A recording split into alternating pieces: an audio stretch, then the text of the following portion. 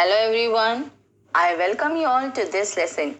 Today I am going to tell you some of the important question and answers of Merchant of Venice, Act 1, Scene 2 by William Shakespeare.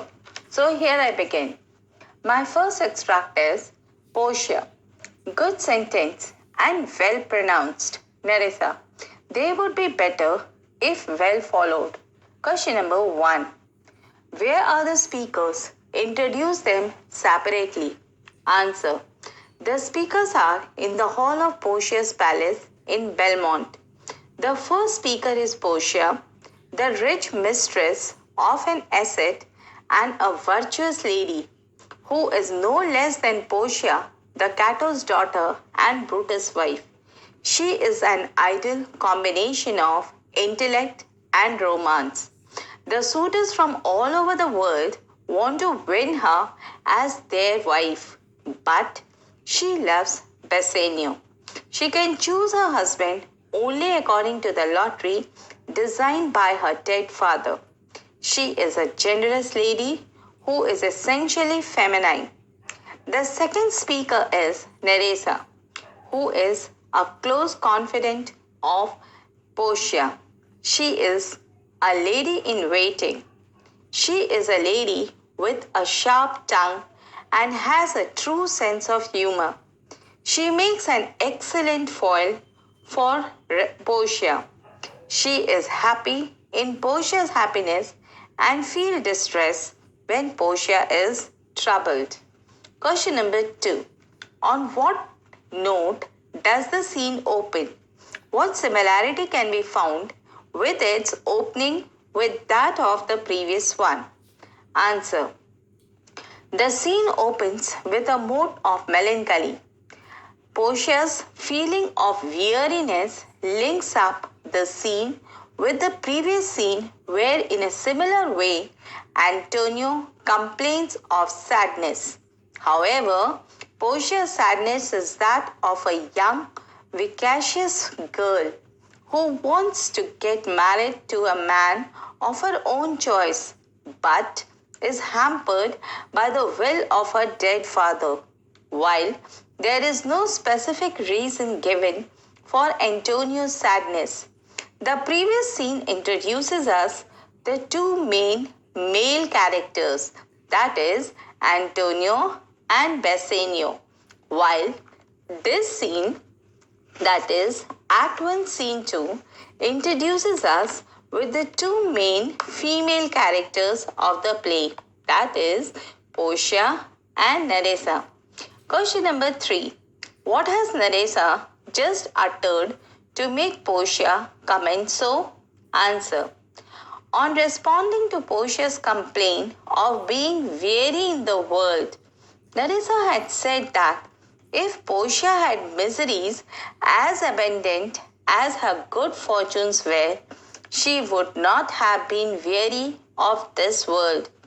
Those who have excess of anything suffer as much as those who have nothing. Hence, middle position is the only happy position.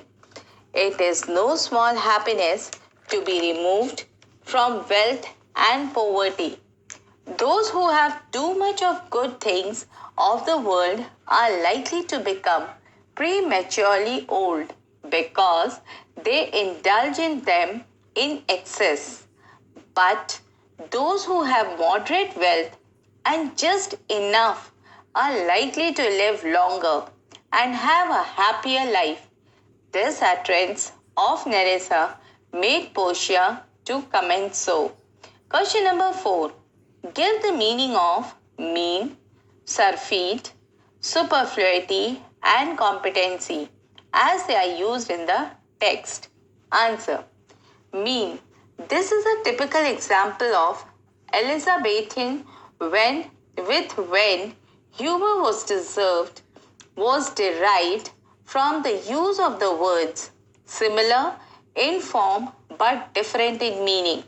In the first case, mean means poor or slight, and secondly, moderate or sufficient amount. Number 2 is surfeit, means have excess of. Number 3, Superfluity means having too much or wastefulness. Number 4, competency, which means just enough. Question number 5. What do the remarks of both the ladies in the extract mean? Answer. When Portia remarked that Nerissa had expressed her sentiments excellently, Nerissa commented that the worth of her maxims can only be gained if they are put into practice. Question number 6. What is the bone of contention? How does Portia see it? Answer. The bone of contention was the lottery devised by Portia's dead father, through which Portia was to choose her husband. Portia's dilemma was that because of her father's will, she could neither choose the one whom she liked nor reject the one whom she disliked. This made her weary of this world. Extract number 2. Portia. I can easier teach 20 that what were good to be done than be one of the 20 to follow mine own teachings. The brain may devise laws for the blood, but a hot temper leaps over a cold decree. Question number 1. What is the backdrop of the scene? Answer.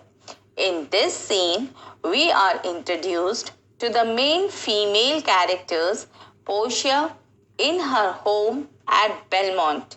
She is seen to be doubtful concerning her future, owing to the strange provisions of her dead father's will, to the manner in which she is to be won by the suitor who chooses correctly between the 3 caskets. Her clever and witty maid, Nerissa, reasons out the situations with her and tries to comfort her. Question number 2. What has Portia just said about chapels and churches? Answer. Chapel is a church which can accommodate a small number of worshippers. Portia says that if it were as easy to follow out moral ideal as it is merely to know about it, then there would be so many worshippers that all the small chapels would have to be replaced by big churches. Question number 3. Who is a good divine? What does divine mean? Why is he good? Answer. Good divine is a good preacher. Divine means priest or a preacher. He is good because he practices what he preaches. Question number 4. Explain the brain till old decree. Answer. In this speech, Portia means to say that the brain may come up with laws to control society, but one hot temper jumps over a cold law. Question number 5. Give the meanings of brain, blood, hot temper, and cold decree. Answer. Brain means power of reasoning. Blood means passion. Hot temper refers to hot passions. And cold decree means good advice or law. Question number 6. Which example does Portia go on to give to prove her statement? Write in detail. Answer. To prove her statement, Portia gives the example of hair and mashes.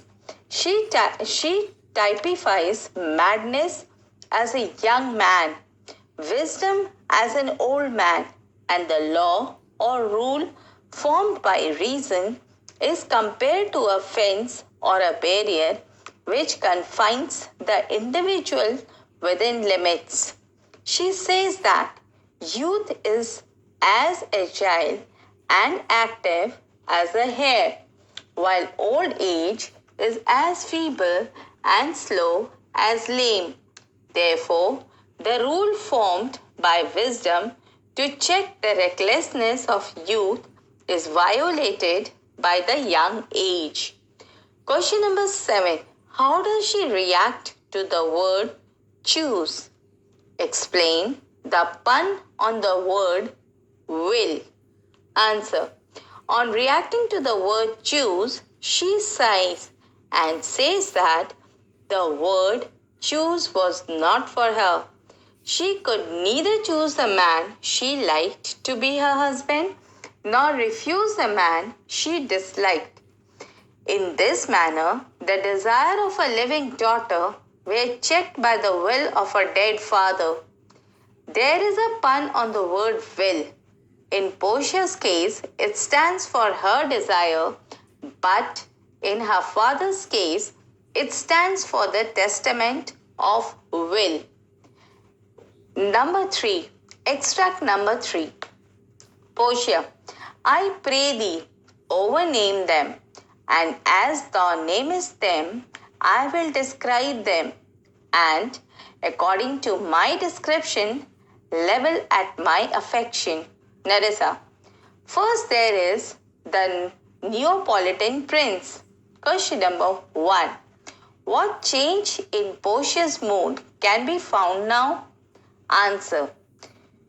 We find a great change in Portia's mood now. Instead of being a daughter complaining against her father's will, she is now become a dutiful daughter who is determined to marry according to the wishes of her dead father. She is no longer in a passive mood, but her wit and sense of humor is clearly brought out in her criticism of her various suitors. Question number 2. What do overname and level mean? How far is Nerissa responsible in changing Portia's mood? Answer. Overname means name them one by one, and level means guess. When Nerissa found Portia in a state of melancholy, she tried to soothe her troubled mind by pointing out that Portia had every reason to be happy because of her good fortune.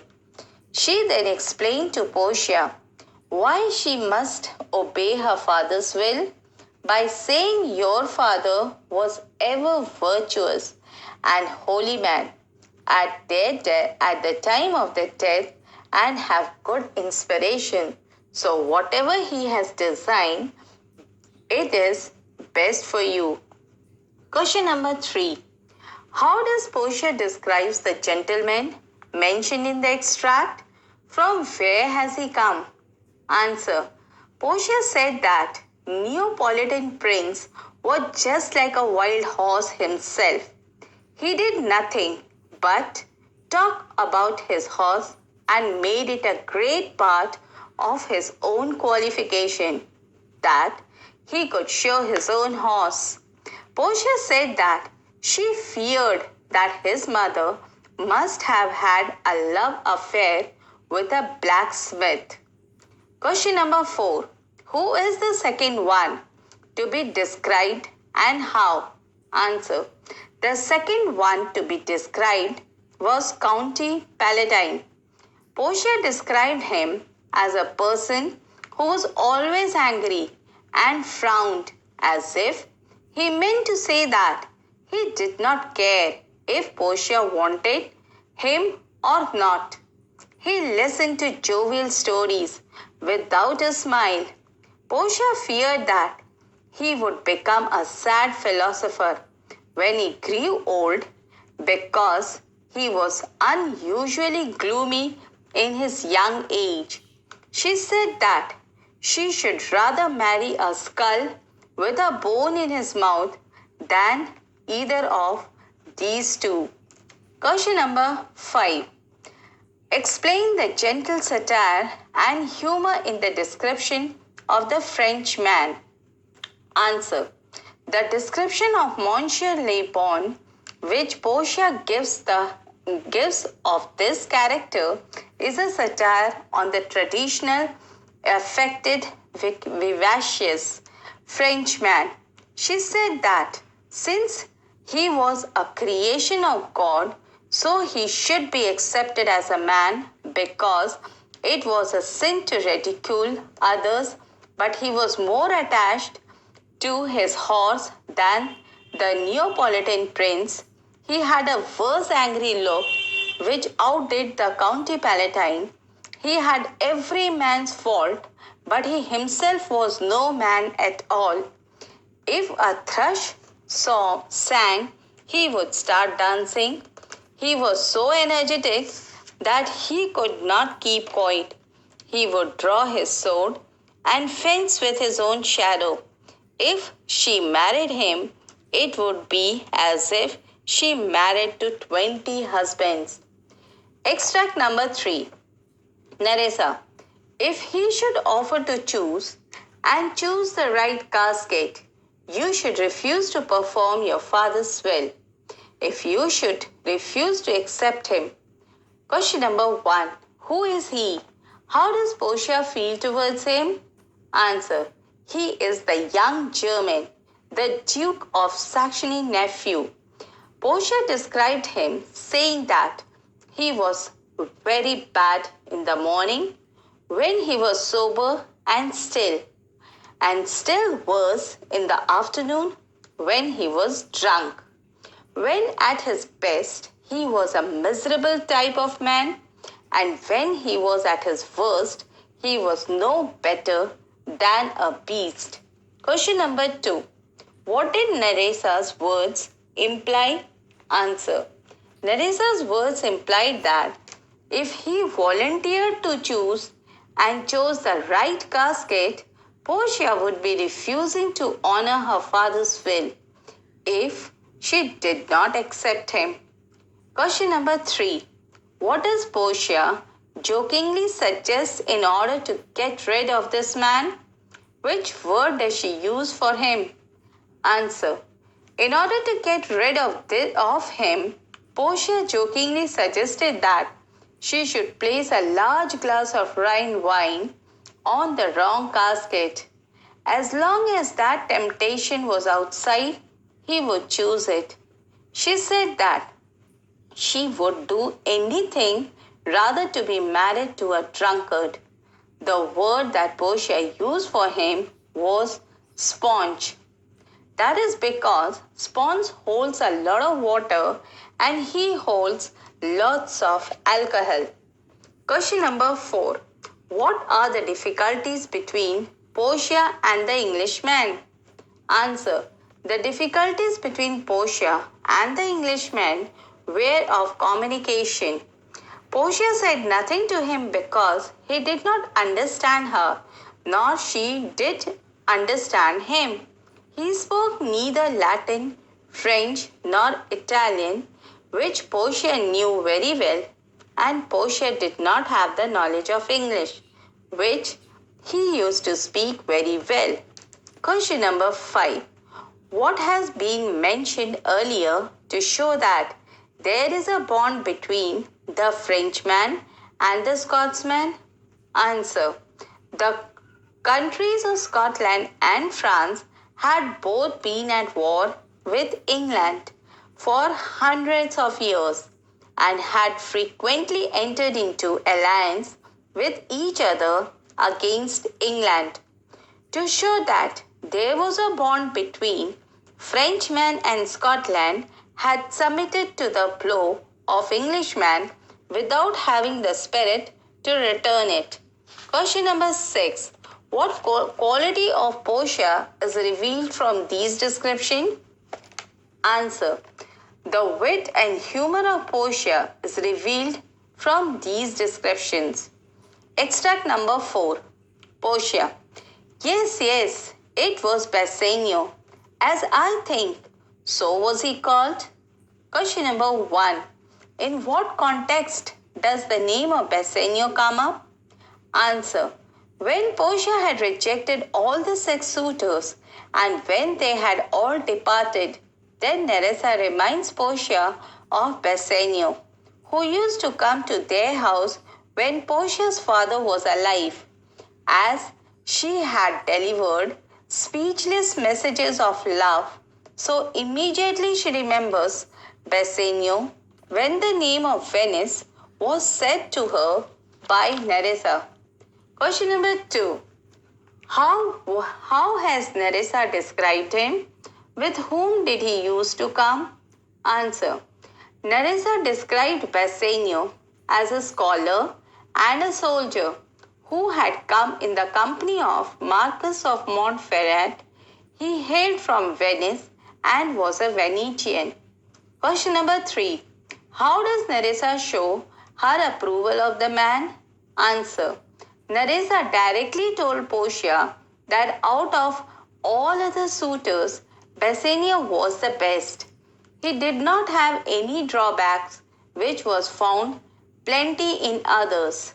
He was a kind and loving man who loved her really so much. In this way, Nerissa showed her approval for Bassanio. Question number 4. What does Portia readily recognition of him suggest? How is Bassanio's optimism in the earlier scene seen to be true? Answer. Portia's ready recognition of him suggests that Portia was more fond of Bassanio than the other suitors. This shows that Portia was interested in him. Bassanio's optimism in the earlier scene seems to be true. When he had told Antonio that there was a lady in Belmont who was very beautiful. Her name was Portia. She is a rich heiress. Her father has left her with a lot of property and many suitors come in quest of her. That is why he had come to ask Antonio 3,000 ducats. He also told her when he had once visited her house, he had sensed that she had some feeling for him. She had some love for him because her eyes were as if signaling her to him. She did not speak anything, but through her eyes she was sending speechless messages of love. Question number 5. What opinion have the readers formed about this man? Answer. Bassanio is an honorable man. His loyal behavior towards his friends suggests that he is genuine. He is a good and loyal friend but is spendthrift. Bassanio has always borrowed money from Antonio. He is a handsome, extravagant man, young man, and the closest and the dearest friend of Antonio. He is fond of luxurious living on borrowed money. Question number 6. Who enters now and with what news? Answer. Now a servant enters and he says that there is a messenger who is the 7th suitor, Prince of Morocco. So the message has brought this information that his master, Prince of Morocco, will be at Belmont, but Portia is not glad at the approach of Prince of Morocco. Question number 7. What anomaly in number do you find here? Answer. Anomaly in number in this scene is that actually 6 suitors had come and Morocco was the 7th one. But here it may be a mistake, as many of the critics have said that this portion does not belong to Shakespeare's. He has not written it. Whatever it is there is a mistake, as we know that there have been six suitors and Prince of Morocco is the 7th one. He is the 7th suitor and not the 5th suitor. Question number 8. How does Portia like to have the newcomer? Give reasons. Answer. Portia hears from a messenger that while four of her suitors are leaving, the Prince of Morocco is just arriving to her court. Portia is glad to see them go, but rather not marry to marry the Morocco because he is black in complexion. In those days, black was compared to devil. So, at that time, devil was painted as black in color. All the evil people, all the villain had the black complexion. Portia did not like black complexion. She only liked the fair complexion one. So, with these words, dear children, I end my lesson. Hope these question answers of Act 1, Scene 2 of Merchant of Venice by William Shakespeare proves to be beneficial for you. If you like these question answers, do subscribe to my channel and click a like button. Thank you.